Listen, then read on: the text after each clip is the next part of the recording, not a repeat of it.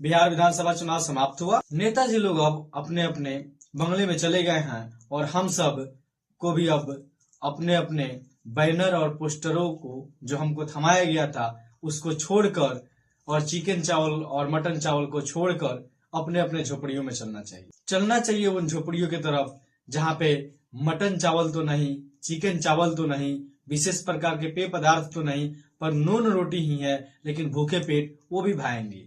नेताजी लोग मिलेंगे अब तो किसी एयरपोर्ट पर या किसी मेट्रो सिटी में, कहीं किसी मॉल में, तो अपने हाल चाल करेंगे और चले जाएंगे। लेकिन जब हम लोग मिलेंगे किसी चौक चौराहे पर, किसी गली नुक्कड़ पर, किसी तंग गलियों में, तो फिर वहीं द्वेष की बातों से बात करेंगे।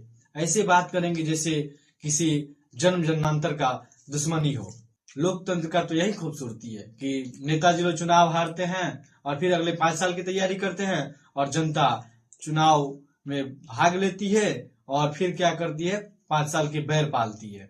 तो ऐसे में हम सबका कर्तव्य है कि हम बनने वाली सरकार को समय समय पर आईना दिखाते रहें और ये बताते रहें कि बिहार केवल वोट और सुख और सत्ता सुख को भोगने का साधन नहीं है, बल्कि बिहार लाचार और बीमार अवस्था का वाहक बन चुका है।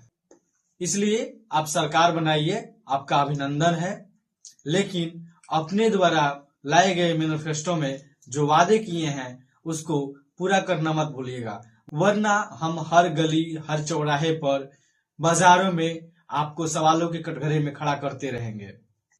राष्ट्रीय जनतांत्रिक गठबंधन यानी नेशनल डेमोक्रेटिक अलायंस यानी एनडीए नीतीश कुमार के साथ मिलके बहुमत में आ गई है।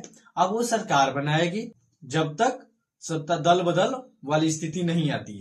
इस जीत की बहुत बहुत बधाई और एक आग्रह है कि जितने भी भर्तियां नीतीश कुमार के द्वारा पिछले समय में निकाली गई हैं और वो लंबित पड़ी हुई हैं, उन्हें जल्द से जल्द और पारदर्शी तरीका से संपन्न कराया जाए और अगली भर्ती के लिए भी योजना बनाई जाए और वो योजना पारदर्शी हो। योजना ऐसी हो जिसमें एक सरकारी कैलेंडर निकाल के बता दिया जाए कि यदि फॉर्म इस दिन भरा जाएगा तो उसका एग्जाम आज से 6 महीना बाद या 3 महीना बाद या 1 साल बाद इस तिथि को लिया जाएगा।